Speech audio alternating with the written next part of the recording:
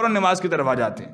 آپ بھی دیکھتے ہیں، میں بھی دیکھتا ہوں، صرف ایک امام ہوتا ہے اور 3 4 5 نمازی حضرات کے علاوہ کوئی بھی مسجد میں نہیں ہوتا. پوری مسجد خالی ہوتی ہے، پوری مسجد خالی ہوتی ہے. پھر ہم کہیں اللہ کی نہ مان کر پھر ہم کہیں کہ ہم عزت پا جائیں گے؟ ایسا تو نہیں ہو سکتا. اب اللہ رب العزت نے قرآن مجید فرقان حمید کے اندر بارہا جگہ پر فرمایا کہ جو صاحب نصاب ہو جائے، جس کے پاس مال آ جائے، پیسہ آ جائے، تو اس کو زکوٰۃ دینی چاہیے. ان دسو کتنے کو جناب زکوٰۃ دینا لے گئے نا؟ اللہ کو تو سب نے مانا ہے، اللہ کی کتنی مانی ہے؟ اللہ رب العزت نے بارہا جگہ پر فرمایا کہ روزہ رکھو. رمضان گزر گیا، صحیح ہٹے کٹے جناب نوجوان وہ بھی روزہ نہیں رکھ رہے. اللہ کو تو مانا، اللہ کی کتنی مانی. اللہ نے بارہا جگہ پر قرآن میں فرمایا جہاد کرو. پہلے بتا دیا گزشتہ جمعہ تقریباً 450 آیات ہے، 450 آیات جہاد کے متعلق قرآن میں نازل ہوئی ہے. تو کتنے کو جہاد کرنا لینے؟ اللہ کو مانا، اللہ کی نہیں مانی. یہ ہے ذلت کا سبب. آج اس لیے مسلمان ذلیل ہیں. رسول اللہ صلی اللہ علیہ وسلم کو تو ہم نے مانا، رسول اللہ صلی اللہ علیہ وسلم کی ایک بھی نہیں مانی. اللہ کے حبیب صلی اللہ علیہ وسلم نے ارشاد فرمایا داڑیاں بڑھاؤ، مونچھیں پست کرو. ایتھے معاملہ الٹ ہویا پہ، مونچھاں وڈیاں رکھیاں تو داڑیاں جناب شیو کی تھی. تو پھر کہنا جناب ہمارے گھر میں برکت نہیں ہوتی، ہم عزت دار نہیں. عزت کہاں سے آئے گی؟ اللہ کا حبیب کیا ارشاد فرما رہا ہے کہ بھائی داڑیاں بڑھاؤ، مونچھیں پست کرو. یہاں معاملہ الٹ ہوا پڑا ہے. ہاں، اللہ کے حبیب صلی اللہ علیہ وسلم نے ارشاد فرمایا کھڑے ہو کر پیشاب نہ کرو. اللہ کے حبیب کو تو ہم نے مانا. کوئی انکار تو نہیں کرتا نا رسول اللہ صلی اللہ علیہ وسلم کا، کوئی بھی انکار نہیں کرتا مسلمان ہو کر. اللہ کے حبیب صلی اللہ علیہ وسلم کو تو ہم نے مانا. اللہ کے حبیب صلی اللہ علیہ وسلم نے فرمایا کھڑے ہو کر پیشاب نہ کرو، بیٹھ کر کرو. چلے جاؤ موٹر وے، اگلے کھڑے ہو کر جناب انہوں نے باقاعدہ سسٹم بنایا ہوا جو بیٹھ کر نہیں کر سکتا کھڑے ہو کر کرے جناب. تو اللہ کے حبیب کو تو ہم نے مانا، اللہ کے حبیب کی کتنی مانی. تو پھر ہم کہیں کہ ہم عزت دار کیوں نہیں ہیں، ہم پوری دنیا پر ذلیل کیوں ہیں؟ اور بھائی اللہ کی مانو، اللہ کے حبیب کی مانو. پھر قرآن رہ گیا. قرآن وہ تو آپ کو بھی پتہ ہے کہ مجھے بھی پتہ ہے کہ ہم کتنا کو قرآن کو پڑھتے ہیں. اسی قرآن کے متعلق اللہ کے حبیب نے فرمایا تھا نا کہ اس کا ایک حرف پڑھے جو بندہ اس کو اللہ 10 نیکی عطا فرماتا.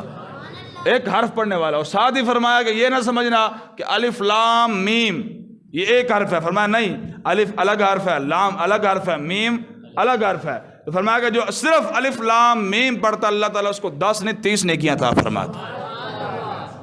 30 نیکیاں. اب بتاؤ نا کتنے ہیں قرآن پڑھنے والے؟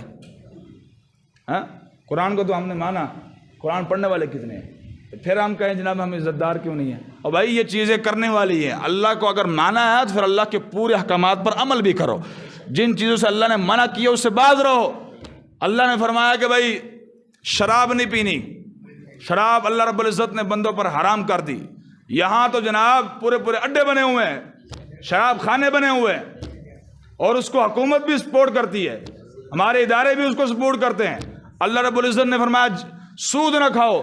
یہاں پورا نظام سود پر چل رہا ہے. اللہ رب العزت نے فرمایا زنا نہ کرو، زنا کے قریب نہ جاؤ. اب یہاں کیا حالات ہیں؟ اور اللہ رب العزت نے فرمایا کہ بھائی جہاد کرو. جہاد کرنے والے کتنے ہیں؟ اور بھائی یہ سارے احکامات اور سارے نواہی جن چیزوں سے اللہ نے منع کیا اور جن چیزوں کا اللہ رب العزت نے حکم دیا سارا قرآن کے اندر موجود ہے. اب کرنے کے لیے کون تیار ہے؟ ہم میں سے کوئی بھی کرنے کے لیے تیار نہیں. سب سے پہلے ہمارا نفس ہمیں ملامت کرتا ہے. اگر ہم نے داڑھی رکھ لی نا سنت رسول کے مطابق، رسول اللہ صلی اللہ علیہ وسلم کی سنت سمجھتے ہوئے ہم نے داڑھی رکھ لی، ساڑھا اندر کہندہ اوے مولوی بن گئے، صوفی بن گئے. معاشرے میں رہنا ہے تو معاشرے میں تو یہ کچھ نہیں چلتا. وہاں تو اب لوگ تجھے کہیں گے مولوی بن گیا. اندر ملامت کرتا ہے. اندر کا نفس ہے نا وہ بہت خبیث نفس ہوتا ہے. یہ بندے کو عمل اچھا نہیں کرنے دیتا. اور کہنا کوئی کی ضرورت ہے داڑھی رکھ لی تو کی بنے گا تیرا؟ معاشرے میں کیسا رہے گا؟ دوست احباب اگر اندر مان بھی جائے نا انسان کا اپنے اندر نفس پر کنٹرول ہو بھی، پھر بعد میں ہوتا کیا والدین نہیں مانتے. جب پتر نے داڑھی رکھ لی نا وہ کہندر اوئے تو مولوی بن گئے، مولوی بن گئے، ایک ہی بنے گا. یعنی داڑھی کٹاتے رہتا، گناہ کرتا رہتا. اس وقت ٹھیک تھا تیرا بیٹا، داڑھی رکھ لی تو اب جناب تو اس کو شک کی نگاہ سے دیکھنا شروع کر دو، مولوی بن گیا، تو صوفی بن گیا۔ اگر والدین بھی راضی ہو جائیں پھر آخر میں ہوتا کیا ہے، یہ دوست احباب کیا کہیں گے، ابیلی کی کہیں گے میرے کہ جناب جن کے ساتھ میں بیٹھتا ہوں، جن کی محفلوں میں میں ان کی زینت بنتا ہوں، وہ مجھے کیا کہیں گے، تو مولوی بن گیا، داڑھی رکھ لی تو۔ یہ ساری رکاوٹیں جو دور کر کے سنت رسول سمجھ کر داڑھی رکھ لیتا ہے، میرے آقا نے فرمایا کہ جو اس دور میں جب سنت کا مذاق اڑایا جا رہا ہوگا، میری ایک سنت پر عمل کرے گا، اللہ تعالیٰ اس کو 100 شہیدوں کا ثواب عطا فرمائے، ایک نہیں دو نہیں 100 شہیدوں کا ثواب عطا فرمائے۔ آسان کام ہے۔ میرے آقا نے پتا سی نا کہ بھائی بات ایک وقت ایسا بھی آئے گا، آج لوگ باتیں کرتے دیوار کے پیچھے کا پتہ نہیں ہے، یہ حالات میرے آقا کو پتہ تھے، ایک وقت یہ بھی آئے گا میری امت پر کہ داڑھی رکھنا مشکل ہو جائے گی، ایک ایک سنت پر عمل کرنا مشکل ہو جائے گا۔ وہ بھی تو لوگ ہوا کرتے تھے نا، حضرت مجدد الفسانی علیہ رحمہ، آپ ایک مرتبہ مسجد میں داخل ہونے لگے تو سنت مبارک کیا ہے، پہلا کون سا پاؤں رکھتے ہیں، سجا پاؤں، دایاں پاؤں پہلے رکھتے ہیں۔ آپ کا کسی خیال میں تھے تو بایاں پاؤں اٹھ پڑا مسجد کی طرف، رکھا بھی نہیں ہے، صرف اٹھا، دوبارہ ذہن میں اوہ سنت تو سیدھا پاؤں تھا، پاؤں واپس کر لیا، 40 دن تک روتے رہے میرا خلاف سنت، پاؤں اٹھاؤ تو اٹھا۔ اے بھی لوگ سننا، یہ بھی تو لوگ ہوا کرتے تھے۔ آج جناب سنت کی پرواہ کو نہیں، سنت کو تو پھر سنت ہے نا، فرض کی پرواہ کو نہیں ہے، فرض کی پرواہ کو نہیں ہے، پھر عزت کہاں سے آئے گی، رزق کہاں سے آئے گا، مال کہاں سے آئے گا، برکت کہاں سے آئے گی، سکون کہاں سے آئے گا؟ وہ تو سکون دینا اللہ رب العزت نے دینا نا سکون تجھے، ورنہ یہ بھی ایسے بھی لوگ ہیں اربوں خربوں کمانے کے بعد پھر بھی سکون نہیں ہوتا، رات کو جناب سوتے ہوئے وہ نیند کے ٹیکے لگا کر سوتے ہیں، گولیاں کھا کر سوتے ہیں، جناب سکون آ جائے ہمیں، سکون ہے تو لبنا، الا بذکر اللہ تطمئن القلوب، فرمایا کہ ابھی فرما دو جو خبردار، سکون اللہ کے ذکر کے اندر ہے، اللہ کی عبادت میں ہے۔ جس کو سکون نہیں ملتا خدا کی قسم نماز پڑھنا شروع کر دے، اللہ کے حضور جھکنا شروع کر دے، اس کو سکون نصیب ہو جائے گا۔ جس کو سکون نہیں ملتا قرآن پڑھنا شروع کر دے، قرآن پڑھنا شروع کر دے، قرآن کی تلاوت شروع کر دے، اس کو سکون ہو جائے گا۔ یہ چیزیں کرنے والی ہیں۔ تو ہم نے اللہ کو مانا، اللہ کی نہیں مانی، رسول اللہ کو مانا، رسول اللہ صلی اللہ علیہ وسلم کی نہیں مانی، قرآن کو مانا، قرآن کی ایک بھی نہیں مانی۔ پھر آج اسی وجہ سے پوری دنیا پر ذلیل ہو گئے مسلمان۔ اور جو شخص اللہ کی مان لیتا ہے پھر اللہ اس کو انعام کیا عطا فرماتا ہے؟ حضور فرماتے ہیں پھر جب انسان اللہ کی مان لیتا ہے، اللہ کے احکامات پر عمل کرنا شروع کر دیتا ہے، اللہ رب العزت اس کو اپنے محبوب بندوں میں شامل فرما لیتا، محبوب بندوں میں شامل فرما لیتا۔ اور حدیث قدسی ہے، بخاری اور مسلم کی متفق علیہ حدیث، حضور فرماتے ہیں کہ جب بندہ اللہ کی مانتا رہتا ہے، اللہ کے احکامات پر عمل کرتا ہے، اللہ نے جن چیزوں سے منع کیا اس سے بچ جاتا ہے، اللہ رب العزت اس کو اپنے محبوب بندوں میں شامل کر لیتا ہے۔ محبوب بندوں میں شامل کرنے کے بعد حضور فرماتے ہیں ان اللہ اذا احب عبدا دعا جبریل فقال انی احب فلانا فاحبہ فیحبہ جبریل علیہ السلام۔ حضور فرماتے ہیں کہ جب اللہ رب العزت کسی بندے کو اپنا محبوب بنا لے، اللہ رب العزت کرتا کیا ہے، اب محبت چونکہ اس نے اللہ کی مانی ہے، اللہ کی ماننا کوئی آسان کام ہے نہیں، اس دور میں اللہ کی مان لینا، اللہ کے احکامات پر عمل کرنا کتنا مشکل کام ہے۔ حضور فرماتے ہیں جو اللہ کی مان لیتا ہے، اللہ کے احکامات پر عمل کرتا ہے، اللہ اس کو اپنے محبوب بندوں میں شامل کر لیتا ہے۔ محبوب بندوں میں شامل کرنے کے بعد اللہ رب العزت فرشتوں کے سردار جبریل امین کو بلاتا ہے اور بلا کر فرماتا ہے یا جبریل انی احب فلانا، اے جبریل فلاں بن فلاں نے میری مانی، میرے احکامات پر عمل کیا، میں نے اس کو اپنے محبوب بندوں میں شامل کر لیا۔ اے جبریل اب تو نے کیا کرنا ہے، تو بھی اسے اپنے محبوب بنا لے، تو بھی اسے اپنا محبوب بنا لے۔ پھر جبریل امین علیہ السلام اللہ رب العزت کا حکم مانتے ہوئے اس کو اپنا محبوب بنا لیتے۔ ایک بندہ صرف اللہ کی مان لے، اللہ اس کو اپنا محبوب بنا لیتا۔ محبوب بنانے کے بعد پھر جبریل امین کو حکم دیتا ہے اے جبریل تو بھی اسے اپنا محبوب بنا لے، پھر جبریل اس کو اپنا محبوب بنا لیتے۔ اب یہ معاملہ تین کے درمیان نہیں رہتا، اللہ اور بندے اور جبریل کے درمیان۔ اللہ حکم دیتا ہے کہ اے جبریل اب جا آسمانوں میں اعلان کر دے کہ اس بندے نے میری مانی ہے، میرے ساتھ محبت کی ہے، آپ جا کر آسمانوں میں اعلان کر دے کہ فلاں بن فلاں نے اللہ کی مانی ہے، اللہ کے احکامات پر عمل کیا، اللہ نے اس کو اپنے محبوب بندوں میں شامل کر لیا، میں بھی اس سے محبت کرتا ہوں، اے آسمان کے نوری فرشتوں تم بھی اسے اپنا محبوب بنا لو۔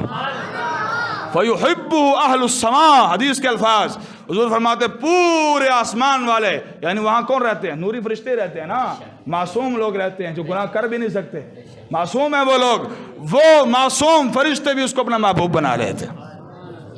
تھوڑا اعزاز ہے، تھوڑا اعزاز ہے کہ اللہ اس کو اپنا محبوب بنا رہا ہے، پھر جبریل امین اس کو اپنا محبوب بنا رہے ہیں، اللہ کے نوری فرشتے اس کو اپنا محبوب بنا رہے ہیں۔ اس کے بعد حضور فرماتے ہیں پھر معاملہ صرف آسمان تک محدود نہیں رہتا، پھر ہوتا کیا ہے؟ فرمایا ثم یودع لہ القبول فی الارض، اللہ رب العزت فرماتا ہے جبریل اب اس کی محبت کو زمین کے اندر منتقل کر دو، زمین کی طرف منتقل کر دو، اعلان کر دو بھائی فلاں بن فلاں نے میری مانی۔ اللہ فرماتا ہے کہ میں نے اس کو اپنا محبوب بنا لیا، جبریل امین نے اسے اپنا محبوب بنا لیا، نوری فرشتوں نے بھی اسے اپنا محبوب بنا لیا۔ اب اے زمین میں رہنے والوں، چاہے چرند ہوں، چاہے پرند ہوں، چاہے شجر ہوں، چاہے حجر ہوں، چاہے انسان ہوں، چاہے کیڑے مکوڑے ہوں، زمین کی ہر رہنے والی مخلوق اسے اپنا محبوب بنا لے۔ جب اعلان زمین پر اترتا ہے، محبت اس کی زمین پر منتقل کر دی جاتی ہے، حضور فرماتے ہیں پھر پوری زمین والے اسے اپنا محبوب بنا لیتے ہیں۔ یہی تو وجہ ہے نا، یہی تو وجہ ہے کہ آپ کی بات اور میری بات اپنا بیٹا بھی نہیں مانتا، ایسا ہے کہ نہیں ہے؟ اور آپ سے اور مجھ سے محبت، ہم روتے ہیں کہ جناب ہمارا بیٹا ہم سے محبت نہیں کرتا، اور داتا صاحب ہیں خواجہ غریب نواز، غوث پاک، ان سے جناب انسان تو انسان ہے، زمین میں رہنے والے کیڑے مکوڑے بھی محبت کرتے ہیں۔ یہ محبت اللہ رب العزت دلوں میں ڈالتا ہے، اسی لیے تو لوگ دوڑ دوڑ، اور باپ کی قبر پر، باپ دنیا سے چلا جائے نا تو بیٹا قبر پر پڑھنے کے لیے بھی نہیں جاتا، اور دادا صاحب دوڑے دوڑ کر آ رہے ہوتے ہیں، ایسا ہے کہ نہیں ہے؟ وہ کتوں آیا جی؟ بہاولپور میں آیا جی، وہ کدھر سے آیا جی؟ ملتان سے آیا ہوں۔ کہاں سے آیا جی؟ کراچی سے آیا ہوں۔ کیا لینے آیا جی؟ زیارت کرنے کے لیے آیا ہوں۔ یہ محبت کون ڈالتا ہے؟ اللہ رب العزت لوگوں کے دلوں میں ڈال دیتا ہے کہ دوڑو جاؤ میرے محبوب بندوں کے پاس چلے جاؤ، ہاں میرے کرے تو میرے محبوب بندوں کے پاس چلے جاؤ۔ یہ چیز ہے کہ اللہ رب العزت پھر محبت لوگوں کے دلوں میں ڈال دیتا، لیکن کب؟ پہلے اللہ کی ماننی پڑتی ہے، اللہ کے احکامات پر عمل کرنا پڑتا ہے۔ اور بندہ کہے جناب میں اللہ کے احکامات پر عمل بھی نہ کروں، اللہ کی ایک بھی نہ مانوں، پھر بھی اللہ میری سن لے، اللہ مجھے اپنے محبوب بندوں میں شامل کر لے، تو ایسا نہیں ہو سکتا۔ اللہ کے محبوب بندوں میں شامل ہونا چاہتے ہو اور یہ چاہتے ہو کہ ہم جو کہیں زبان سے نکالیں اللہ رب العزت ہماری دعا کو قبول کر لے، تو اس سے پہلے اللہ کی ماننی پڑتی ہے۔ اور پھر جب بندہ اللہ کے محبوب بندوں میں شامل ہو جاتا ہے نا، اللہ پھر اس کو انعام پتہ کیا عطا فرماتا ہے؟ پھر وہ جو منہ سے نکالتا ہے، ابھی اس نے منہ سے نکالا نہیں ہوتا، پہلے اس کی قبولیت ہو جاتی ہے، پہلے قبولیت ہو جاتی ہے۔ حضرت بابا فرید گنج شکر علیہ رحمہ پاک پتن علیہ، آپ کے پاس مریض آتے تھے، حاجت مند آتے تھے، اور سائلین مانگنے والے آتے تھے، آ کر عرض کرتے تھے حضور دعا فرماؤ میں بیمار ہوں، اللہ میں نے شفا عطا فرما دے۔ آپ دعا نہیں سی فرما دے، دعا نہیں سی فرما دے، جا بیلیا کم ہو جائے گا۔ اس مریض کو کہتا جا بیلیا کم ہو جائے گا، تو کام ہو بھی جاتا تھا۔ کافی دیر جو ساتھ بیٹھنے والے متوسلین سالکین مریدین تھے دیکھتے رہے کہ بابا جی دعا فرماندے کوئی نہیں گئے، تو کہیں دن جا بیلیا کم ہو جائے گا، کم ہو بھی جاتا ہے۔ یہ معاملہ کیا ہے؟ ایک مرتبہ پوچھ لیا حضرت جی یہ کی معاملہ ہے؟ دعا تو کر دے کوئی نہیں، ہاتھ چک دے کوئی نہیں، بس یہ کہہ تو جا بیلیا کام ہو جائے گا، کام ہو جاتا ہے، یہ کیا معاملہ ہے؟ سنو پھر بابا فرید نے کیا جواب دیا۔ آپ نے فرمایا سنو جب سے میں نے ہوش سنبھالی ہے نا، اس وقت میں نے اس کی مانی ہے، جب سے ہوش سنبھالی ہے میں نے اس کے احکامات کی نافرمانی نہیں کی ہے، اسی کی مانتا رہا ہوں، اب اس کی مہربانی اور میری مان لیتا۔ ہاں یہ بات ہے بھائی، فرمایا کہ جب سے ہوش سنبھالی ہے اس کی مانی ہے، اب اس کی مہربانی اور میری مان لیتا۔ اور بھائی اس مقام تک اگر پہنچنا چاہتے ہو کہ اللہ تمہاری مان لے، تمہاری سن لے، تو اس سے پہلے اللہ کے احکامات پر عمل کرنا پڑے گا۔